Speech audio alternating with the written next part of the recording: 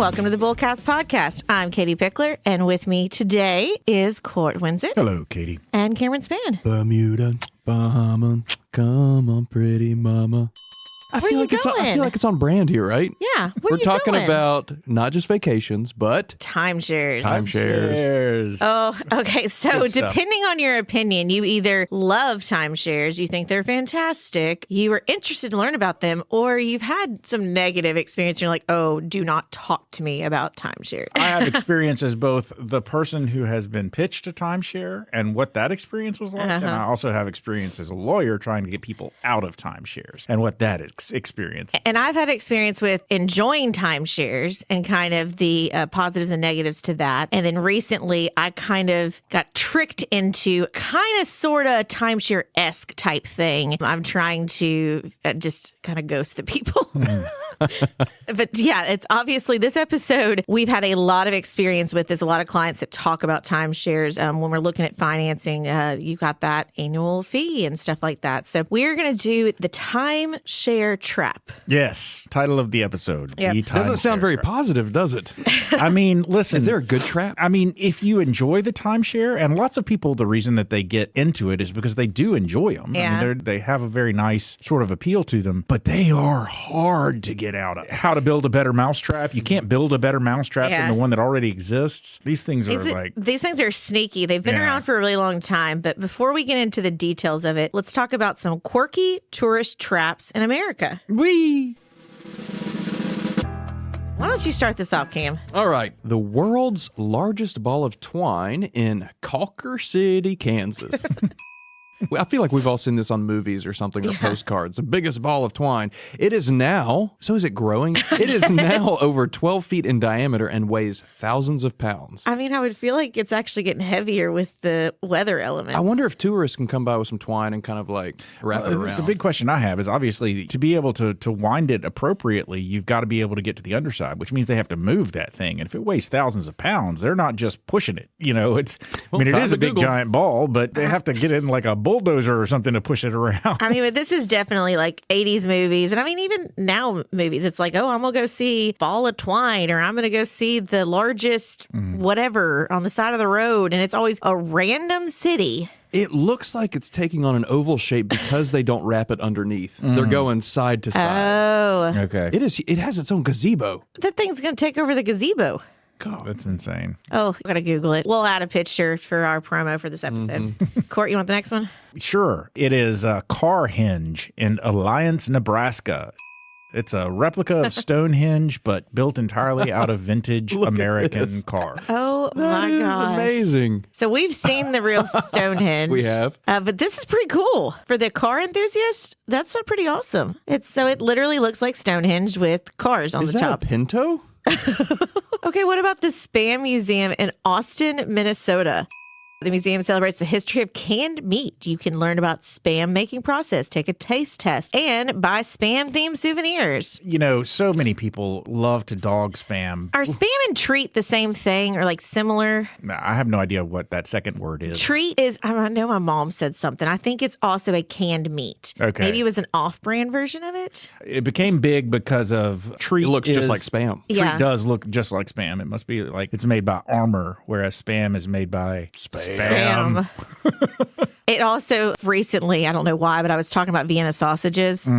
Also were in a can, and they look like little mini hot dogs. My dad had them. I was like, I love hot dogs. I'm going to eat these Vienna sausages. Not the same. No, they're not the same. Of course, I did eat them when I was as a kid, but also they had like turkey sticks for baby food, for like level 3 baby food, little jars of turkey sticks that looked like Vienna sausages, but were turkey sticks. At one point, I was like, well, why don't we just buy Vienna sausages? I mean, it's basically the same thing. And so we got them, and Keiki loved turkey sticks, but did not like Vienna sausages at all. We had a mishap with a turkey stick that caused Keiki to get very, very sick from a turkey stick, and we have not had turkey stick. Like neither of our other kids were fed a turkey stick because Keiki's experience was very, very negative. Yeah. So before we move off of Spam. Oh, that's right. We were talking about Spam. Court was not able to try this because of an allergy, but Cam and I had some very delicious Spam in Hawaii, actually. It is it's a delicacy over there. They put it with rice. It was a roll, wasn't it? Yeah, it was a roll. Spam sushi. It was a spam sushi, and it was delicious. It was flavored. It was cooked on the grill. Like, it was really, really good. Had like a teriyaki sauce. It was. Yeah, that's what I was going to delicious. say is I don't want to misstate history, but I think that Spam got real big in World War II, and that's the reason that it's big I think over you're right. in Yep. Hawaii. That makes sense. Yep. Okay, what's the next one? Barney Smith's Toilet Seat Art Museum in San Antonio, Texas. And these pictures are insane. It is floor to ceiling painted toilet seats. And on the ceiling is a mural, the God touching Adam's finger in the Sistine Yeah. Chapel. But instead of God's finger reaching out, he's just holding a toilet paper roll. This is amazing. I must go. Next on the list is the Bubblegum Alley in Ooh. San Luis Obispo, California. Okay, Bubblegum Alley. Let's look at a picture real quick. Dude. Well, it is walls of used Used bubblegum. Gross. Oh no, that's Oh disgusting. my That's word. It probably started gross. because somebody like was walking through the alley and stuck their gum on the wall. And so people now, just- well, more it's people kind of started like doing it. the locks in Europe. Yeah. Is that Paris? Paris, yeah. Paris, yeah. And like there's different places like that have where people have just started doing that. Yeah, the locks in Europe. Did you hear that? It's been a few years ago. They had to actually cut some of the locks off because it was getting so heavy that it was affecting the bridge. Yeah. Yeah. That's crazy. The National Mustard Museum in Middleton, Wisconsin. My daughter has been to this. Oh, my gosh. And brought us back some mustard from it. Over 6,000 mustards from around the world are on display, and you can sample some. The hilarious thing about this is the people at the Mustard Museum have a really, really great sense of humor because they are all about the smoke for ketchup. Everywhere you go, they're dogging on ketchup inside the Mustard Museum. It's like, Oh, that's it's funny. hilarious. And they have like mustard vending machines and stuff. Oh, my gosh. She came back. She was really very impressed with their. Do they have any Grey Poupon? I'm sure they do. She brought us back some Dijon mustard. I don't know if it was actually Grey Poupon brand, but it was Dijon. The last one on the list is one that I've actually been to. It is the International UFO Museum and Research Center in none other than Roswell, New Mexico. Oh, fun. So you've been I there. have. It is the quirkiest little town. You know how you have like light posts throughout a little downtown? Instead of like a glass orb at the top, it's a little glass alien head. So they all my glow. And gosh. every gift shop you walk into has the X-Files theme song playing. It's phenomenal. That's amazing. My mom actually had to go to Roswell, New Mexico for a funeral. Oh, wow. And she sent me some pictures of like they were just at like the McDonald's or something, going to the bathroom, and there's a alien, there. And so I mean, yeah, it's crazy. Yeah, the Roswell McDonald's is incredible. Yep. Looks like a UFO. Yes, very, very cool. Okay, so why have we talked about quirky tourist traps in America? That was our crazy list. So what are timeshares? I'm amused by this definition that we have here on our outline because it's like, boom. It's really like, this is the definition according to our outline: a lifetime commitment to annual trips to the same resort or family of resorts. You will have fun forever or we will kill you. This just makes me think, I don't know why this popped in my head. Do y'all remember Space Jam when the aliens were trying to take over and they wanted to like lock up Michael Jordan to be like entertainment every single day for the rest of your life? You will play basketball forever. I don't know why this made me think of like I you feel will that. go Yeah. you will go to these vacation spots for the rest of your life. So yes, that is in a nutshell what it is. But what elaboration a little bit is, for example, Disney timeshare. You may have the Disney Vacation Club. Well, that's signing up that you are going to travel to Disney every single year and stay in one of their resorts. You pay an annual membership fee. You actually technically have property essentially that you own per Oh se. yeah, no, not And- because there's a deed. You get a 1/1,000,000th share of the property of the timeshare. Yeah, and there may be some timeshares where it's like, we'll just make up a name, Bullcast Resorts, and we've got a place in Wisconsin and Texas and California and Tennessee. And so you are signing up because you're going to go to one of those places every single year. Yeah. At the top of the show, you talked about mousetraps. And I feel like the best nickname for a Disney timeshare is a mousetrap, right? Yeah. See, but timeshares do not want to throw out their trap. They are trying to sell, it's great. You frequent Disney all the time, or you frequent Florida all the time, or the Cape Cayman Islands or whatever. Don't you want to come back every year? Yeah, I mean, and there are people that it makes sense for out there. Like, for instance, for the Disney timeshare. I mean, if you're going to Disney World 2-3 times a year, absolutely makes sense for you to have a timeshare there so that you can, so that you have your standard definite place that you go and stay. Because, I mean, the timeshares, especially the Disney resort timeshares are really nice. Yeah. Yeah, in October, a few of us got to experience a Disney timeshare, and it was awesome. It's super nice, and it's right next to Magic Kingdom, and it was glorious. Yeah, it was right on the tram line. You could get there by boat. You could get there by tram. It was pretty cool. So, okay, these payments, how this work is typically prepay or finance a lump sum upfront plus annual maintenance fees. Okay, as Court said, I'm trying to decide where to go with this because there's like so many tricks of how they sell it versus what it actually is. Let's just say there's going to be a financial component that you have to talk about that. There are annual maintenance fees or annual fees you have to pay for this. And there's a financial commitment where you can't just all of a sudden say like, oh, okay, well, I used it one time. This is not like booking a hotel room I booked a hotel room. Okay, that was my commitment. Typically duration is your trip is 1 week long. Like each of them are a little different where you may say you have X amount of points you can use each year. Then they've got situations of banking your points, moving it to the next year, or you lose your points. So there's all of them are a little bit different, but we'll kind of talk to that. Let's get into how they actually work. So Court, you talked about deeded contracts. Go. Okay, so basically just specifically with the Disney property I'm familiar with, they basically are deeded a share of ownership of whatever particular timeshare property you're buying into. And there's a deed and you file it with the register. If it's a Disney property, then you're going to file it with the register in Florida, but you file all deeds with the county. Oh, with the county. Okay. And I can't remember what county Orlando's in, but anyway, you're going to file it with that county. It's just like a deed, like, if you quit claim your deed it's just like if you were to sign a quit claim deed for your house to put it into a trust or to transfer it to a kid or something like that. It's the same idea. This is a deed that you file with the register and it gives you an ownership share with the timeshare. And in that sense, at least on the face of it, that seems like it would be a cooler way to handle things because you would think the deed would be transferable. But you're also dealing with, even when you have an ownership interest that's shown by deed, there's also a membership. To be able to let other people use that membership, you have to transfer it or assign them rights under your membership or whatever. And so I don't know of anywhere where you could just sell your share of a timeshare without going through the company. That's a big debate with Disney, and it's like selling your points, and you can sell your membership or sell your ownership, but then you lose out on the perks of being a true original owner and considered a resale. There's a lot that goes in, and that's just specifically talking about Disney. For instance, we have a Disney timeshare and our home base is the Grand Floridian, but that doesn't mean I can't, if available, go and stay at the Riviera or Port Orleans or the Hawaii property. It's based on availability. My parents had a timeshare in Megan's Bay in the Virgin Islands.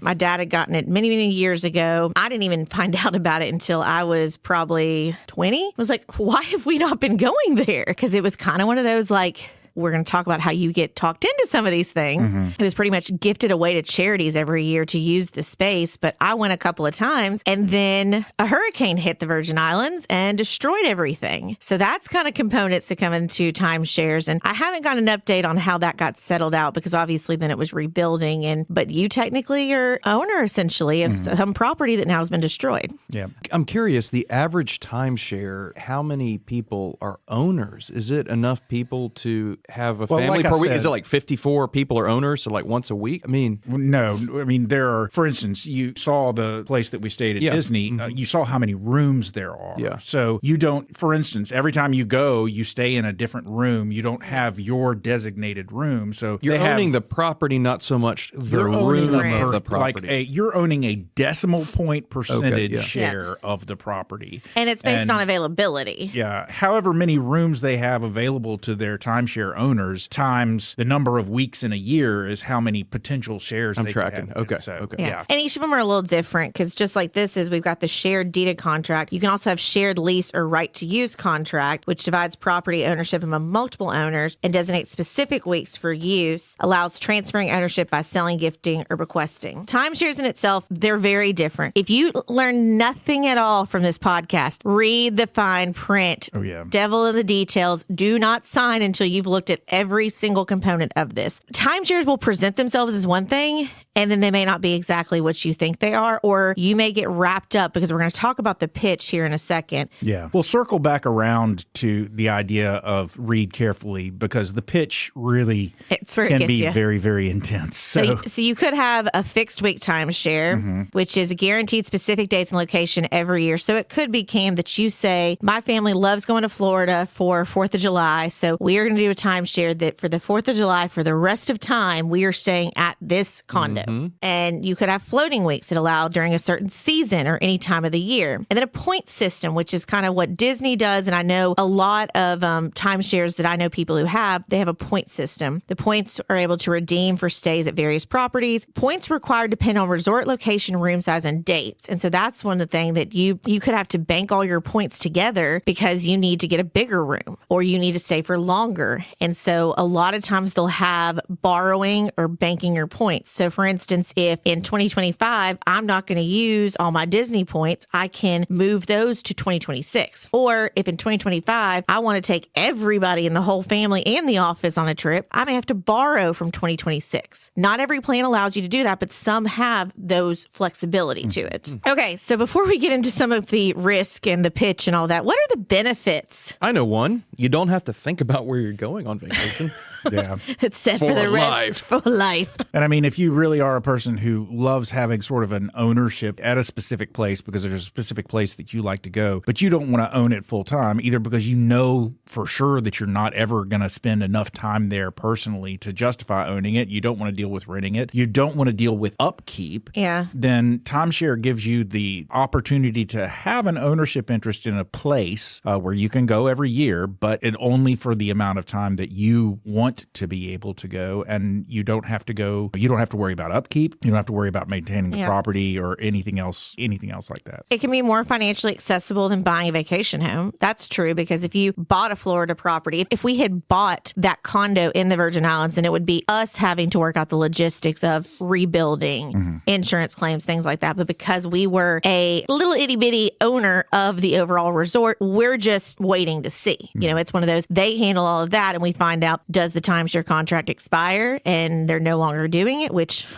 rare, or is it continuing on? Yes. You can stay in this little hut on the beach. Yeah. It's almost like apartment life, but forever. Like you have a landlord who handles it. You don't have to worry about the landscaping or if a hurricane hits. You're just like, all right, what are you going to do about it? And it's, yes, obviously, you know, vacation home and stuff, then you have that as an asset. You're building equity. So there's perks with that that's different than obviously the timeshare. You can with timeshares, and this is getting real nitty gritty, you can with timeshares set it up where it then passes on to other members of the family and it continues like a vacation home would. So there are some where you can have it as generational. Yeah. That can be both a pro and a con. Yeah. Because some of the timeshares are basically forced, whether your heirs want it or not, they're inheriting it. You're signing 40-year contracts when grandpa is 90 years old. But again, you know, we will discuss that. I will say that the last one in terms of a benefit of a timeshare, more spacious than a hotel. Yeah. I don't know what the annual membership fee is. I do know that you do pay a lump sum either because you have the cash and can drop it or you finance it. You pay a lump sum up front and then whatever your membership fee, annual maintenance and membership fee is. I don't know how expensive that is compared to getting a hotel at a hotel room at a Disney property for a week. I do know that the rooms that you can get at a Disney property for a week are not as nice and spacious and well appointed as the timeshare spaces that you can get. So that can be an advantage. Again, we're focusing on Disney because all of us have had an experience at Disney, but I've had both a positive and a negative experience with Disney timeshares. That's why we're talking about it, but it could be anywhere. If you're a person who likes to go on a tropical vacation every year, they've got timeshares down in the Bahamas that you could buy into, and you know, some of the places that have clubs that have points, you could use the points. If you've got Bahama timeshare, then you could use timeshare to stay at a place in France, you know. But you're also, I'm already starting to get negative. Let's go ahead and start getting into some of the risk. And I'm going to make this comment that kind of segues into it. You know, okay, you're saying that, but what's the downside of when I'm 25 years old and I love going to the Virgin Islands and it's fantastic and this condo is amazing and it's in a great location. And then all of a sudden that whole location starts changing. And now that's the bad part of the island.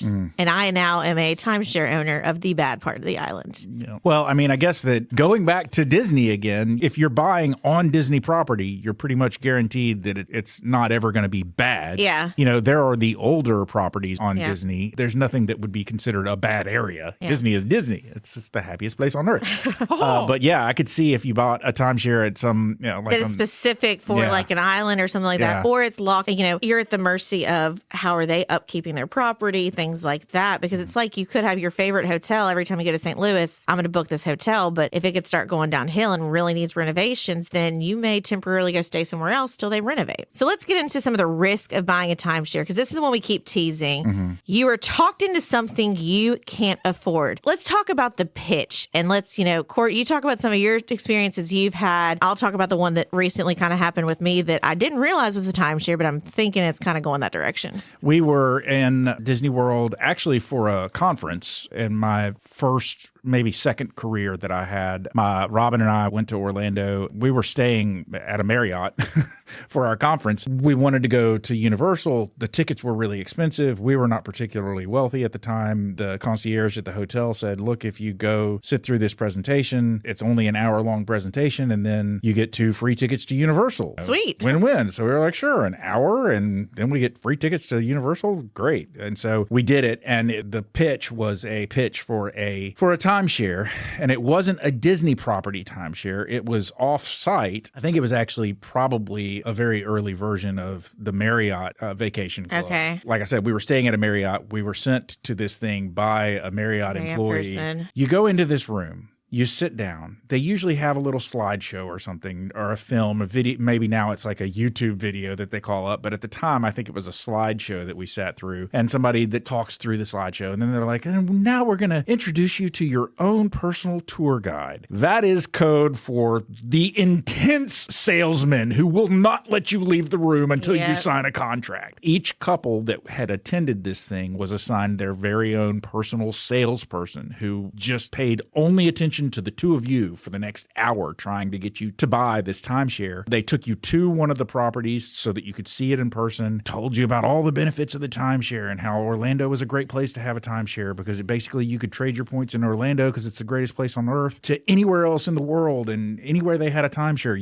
it would be available to you, blah, blah, blah. Man, it went on forever, and he would not let us leave. I was like, this sounds really cool. There are these different levels. You can have the different spaces depending on how much you can afford. $15,000 up front, then it's only this much per year after that, and the annual fee is way less than you would ever spend on a hotel here, so it all works out if you just completely disregard the fact that you're spending $15,000 up front. This was 20-something years ago. No, I think it was maybe 1999 when we were there. It was the summer/spring before William was born that we were there, and he was born in 2000, so it's been 26 years ago that this happened, and then it was $15,000 lump sum payment up front. And when he said that, my mouth just dropped. And Robin's like, she gripped my arm and was like, no, we cannot do that. We got to go. And he was like, no, we can finance it, and it will only cost you this much per month if we finance it. And I was like, yeah, baby, we can finance it. I was just sold. And Robin was like, no, we have to leave. We have to get out of here before you buy something that we cannot afford. They're incredible. The people who pitch these are incredible. Oh, God. And it usually is situations like that. You are on a great Caribbean vacation and they say, hey, come to this seminar. We're going to have a shrimp buffet and have some music, but all you got to do is just listen to this. And you're like, okay, cool. I'm going to get, a perk out of this. Mm-hmm. And then they get you. The trap. Boom. They trap you in there. Yeah. And you get talked into it and you don't really understand what you're signing. Yeah. They have you sign right then that day. Oh, yeah. I mean, they're very, very much about, they've got all the potential excuses that you could use to get out of signing right then that day. They have them all. They've considered them all, and they have rules like, so for instance, you want to go to this presentation and get the free tickets. If you're a married person, your spouse has to come with you to get the free thing, because they don't want somebody to say, I have to talk to my spouse about this. Yeah. They want your spouse right there so that you don't have that excuse. I mean, this game has been going on for a long, long time, and the actions are the same. It's just now they've gotten savvier. Yeah. This happened to my parents last year. They got a free night stay at the Bass Pro Pyramid Hotel, which is really nice, if they sat through a presentation. Oh, yeah. And they did it, and they signed. Oh. But somehow, within 24 hours, my dad was able to cancel it. Yeah. I think maybe an attorney got involved. There's a grace clause. period. Yeah. There's like a 3-day grace period where He got out because all of the siblings were like, Dad, No. Yeah. you cannot afford this. This is no bueno. Yeah. And we would have to deal with it once they pass, right? Yeah, that's the thing is depending on what it is, and you get suckered into these things and you're not thinking about it. I was helping a client the other day. It is a condo overseas. Most of their family is overseas. And she said, my parents had this. They are older now and they don't use it. My brother and I were named on this. I don't really want to use this anymore. And what do I need to do? And she said, because my brother just re-signed for another 40 years. I said, see if they'll let you take your name off of it. And so thankfully because the brother was staying on it, she was able to sell her share essentially of it to her brother. Now, because she wanted to just walk away from it. But her biggest fear is, look, her brother was paying for it. Her brother was handling it. She didn't really have any obligation, but yet her name was on it. And so she was savvy enough to know and talked with me about how we need to get your name off of it, or else if something happens to your brother, you could then they're knocking on your door saying, hey, you owe us money. Yeah. So, and that's what they do. and yeah, that's what they do. So like Cam, in your situation, if your dad had kept it, then something happens to your dad, whoever he put as the succession, y'all are all having to foot the bill. I mean, I will say I've talked to some people that had ownership interest in a timeshare and they were worried about it passing to their kids without wanting it. I still am kind of a mind that you can't contractually bind someone, even if they're your heir, you can't bind someone to a contract that you've signed. They had no say-so in it. Yeah. They can say, oh, you inherited this from your parents. It's yours now. You've got to pay it. You may have to fight a legal battle to get out of it, but I just don't know how that would hold up. Everyone is a little different. We've also dealt with on the side where court and some of the other attorneys have had to try and get involved to try and get people out of timeshares. Golly, they make it hard. When their financial situations have changed, maybe a spouse has died. It's very, very hard. And a lot of times it's unsuccessful. A lot of these companies make it nigh on impossible to get out. And if you do want to get out, you can't just cancel it and say, look, I'll waive any ownership interest that I have, just cancel it. I don't want it anymore. They will continue to charge you your fees unless and until you can find someone to buy your share. And the problem with that is one of the benefits I think of that we didn't actually cover on the first Secondhand timeshare. Yeah, you can buy a secondhand. People don't buy secondhand because price difference is, I mean, unless you just basically go to someone and say, look, I'll sell you my timeshare for $0 if you'll just take over the membership payments. That would be, they've got all kinds of rules about your transfer of your share of the timeshare, how you can do it, and you have to do it through them. All of these rules that they have in place to make it very difficult for you to get rid of your timeshare. They'll just sell those people a new timeshare. They'll do a new one. Yeah. Because for instance, with Disney, a lot of the hoopla is if you are a DVC member, a Disney Vacation Club member, you get a discount in the stores and restaurants.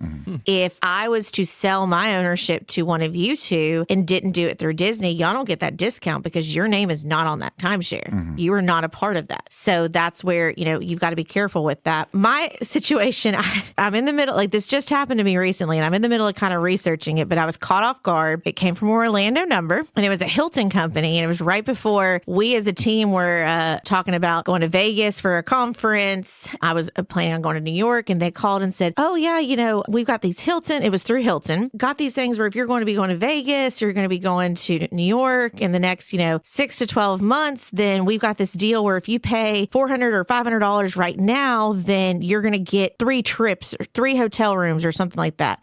I was like, well, yeah, I'm going to Vegas, in November, and I'm going, to New York at this time, all this. And I'm like, sure, that sounds fine. Now, this was all over the phone. And then I did give a credit card because I'm like, sure, yeah, let's charge it. Because I'm thinking this is like a credit. Then after I hung up, I'm like, ew, that didn't feel good. That seems a little icky. I don't know what I agreed to. And they keep calling me. They do not leave me a voicemail, though. They keep calling me. I did not sign anything. It was all over the phone. So really, at this point, not a financial move, y'all. Again, we're transparent. I'm out the $400 or $500 right now, but I'm ghosting them. I'm like, leave me alone. Leave me alone. I didn't sign anything with you. The worst that happens is y'all got that. Now, if I start seeing that, they try and start charging me more, I'm going to be like, I did not agree to anything. I did not sign anything. I thought I was getting some kind of prepay for these trips. But that's just, and I'm a financial advisor. I'm a financial planner. And I even got caught off guard with something like that. And so it's very easy for things to sound enticing, sound good from a budgeting aspect, I see a lot of people who things are going well. They have a great job. Family's going well. They sign up for these because they think it's great. And then when it comes time to budget because they've hit hard times, this is the first place you think about, well, we don't need to pay $5,000 a year on annual timeshare fees. It's not as easy as that. You can't go and cancel your annual timeshare fee like you could your gym membership or your subscriptions. It is not easy money to cancel. Yeah. Not only that, but oh my God, $5,000 a year fee? Jeez. It was like in the hundreds when we were pitched so long ago. I think when I did for somebody recently, they've got one that's kind of got multiple different locations, and I think it was around $4,000 or $5,000 a year. That's a lot of money. Timeshare salesmen are a different breed. Oh, yeah. They're elite. They were like trained in the womb to be the top salesmen of all time. No for an It's my answer. worst nightmare to be Them in pharmaceuticals. Yeah, like your story of kind of being trapped with one sales guy. I have a hard time saying no. People pleaser, yes. I'd be like, I don't know what to do. Well, so the one thing that they can't force you to do, if you're married, you can't come without your spouse. If you're this, you can't do that. They cannot force you to bring your lawyer. So what I've started is some of my clients have over the years proven to be susceptible to time, either because they have a timeshare and they like it very much, but even the people who already have a timeshare, you're not immune to the timeshare sales pitch because they will pitch you on upgrading your timeshare. And so I have some clients who are like, they have a timeshare and they like it. And so they use it. And when they go and use it, they get pitched on more. And the pitch for upgrades is just as intense as the pitch to buy initially. And so what I have started telling them is you tell these people that you do not sign anything without your lawyer reviewing it. And you tell them that if they ask you to sign it right now before you have had an opportunity to review it yourself or given your attorney an opportunity to review it, it'll be void. If they're going to insist that you sign it right now, then it's void because you haven't had a chance to review it. You're not acknowledging that you've had any opportunity to review it, and you do not sign anything unless your lawyer has reviewed it. With a contract like this, it's just that simple. We've gotten so numb to the idea that we're clicking a button on a website to accept terms of services. You're read it. Accepting terms of services day in and day out. Those are binding contracts that you're clicking yes to, and you just get numb to it. But this is a situation where you just do not need to. If you feel like you can read it for yourself and understand it and understand what you're getting into, fine. But make sure that you read through it. Read all of that fine print. An easy way to get out of it, or not easy. Nothing is easy about getting out of these sales pitches. They are intense. But the best excuse I have to give to my clients is tell them that you will not sign anything without your lawyer reviewing it. Period. End of sentence. And what are they going to say to that? I mean, They'll probably lose steam as a salesman. I use this line myself on it because despite the experience that we had so many years ago, we did actually go to another pitch later on. Having been through it once and known how intense they could get, the second time we went through a pitch like that, we were a little bit more wary. And when the person came and sat down with us, we were like, listen, we're not going to buy anything. We're here specifically because there was something free offered to us. We're not going to buy anything. We're here for the free stuff. So no matter how much you talk to us, I can just tell you now that there will not be a purchase today. Yep. I will not sign anything. The person was like, okay, well, fine. They were clearly angry. And I'm kind of like you in that I don't like to piss people off. Sometimes you just have to... You just have to be blunt about it. You have to have your antennas on because think about it. You don't just willy-nilly buy a car. You don't willy-nilly buy a house. When you're offered something that smells like a timeshare, looks like a timeshare, potentially could be a timeshare, put your antennas up and be like, I got to think about this. This is a long-term investment. Maintenance fees, membership fees, stuff like that. A lot of times, one of the things that'll be buried in there is how much they can increase it or the fact that they can increase it. So those aren't fixed. The amount that you're paying on an annual basis moving forward won't necessarily be fixed. So it could get to a point where even though you might be able to afford it right now, you can't afford it later. Yep. Like we said already, they're very hard to sell if you want to get rid of it, and they're even harder to get out of than they are to sell. You got to be really sure that this is something you actually want to commit yourself to. And you want it in writing. Like if you said, oh, okay, well, what if my situation changes and I need to get out of this? You want something in writing that says, should you want to cancel this contract, this is the way to do do it. This is how you can do it. There are lots of, I don't want to give all salespeople in the world a bad name. No. There are salespeople out there that have scruples, but there are also some salespeople that will say anything to get the sale and to close the deal. And they'll because they don't ever have to deal with what they told you to sell it. Yep. Yeah. The customer service over here, some other person has to deal with the crap that you were told by the salesperson. So, and that's true of a lot of industries. And it's thinking long term because, for example, like if you're not using it anymore, your situation changes, then you're just throwing money out the door for something that's being wasted. So yeah, I guess you can gift it to a charity or gift to other friends to utilize your week so they're not wasted. That's just another additional time thing to think about and an expense that, it's out there. We're wrapping this up. I don't want to be all negative about timeshares because there are some really great ones, but you've got to make sure it's a right fit for you, for your family, for your track record, not just right now, but what it could potentially be 5, 10, 15, 20 years down the road. So you've got to look at all those different elements with it. Bullseyeing this up.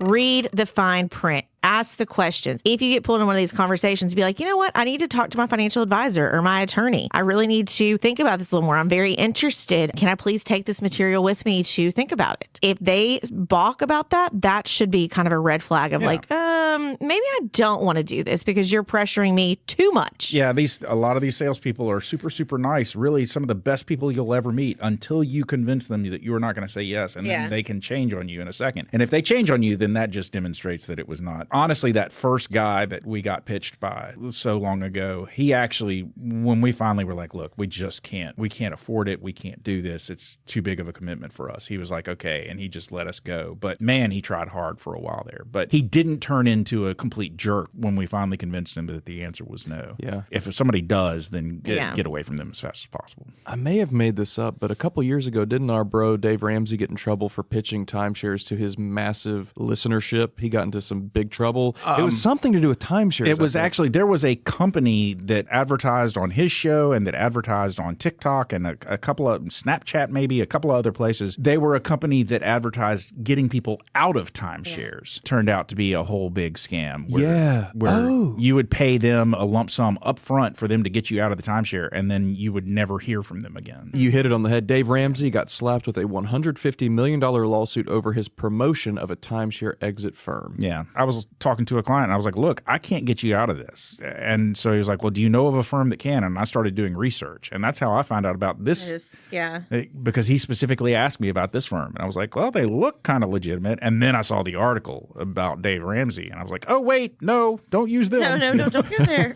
But again, as we try and be very transparent about what we go through and our experiences, you've heard from 3 of us here who have knowledge of legal and financial aspects and how we've had different experiences with it. So just be aware of that because it is one of those that they're still around. They're still pitching them in the exact same way as they were in the 70s, 80s. It's just changed a little bit. It's got a little more pizzazz, more marketing to it. Again, if it fits your family, go for it. Absolutely. But don't make the decision quickly. Really, really think about it. Research it. Talk to your advisor about it. And most of all, go into that pitch with a will of steel because you will need it to get away. The free shrimp cocktail is not worth it to be locked forever at the same resort. And if ever there has been a great bullseye, the free shrimp cocktail is not worth it is the most perfect bullseye ever.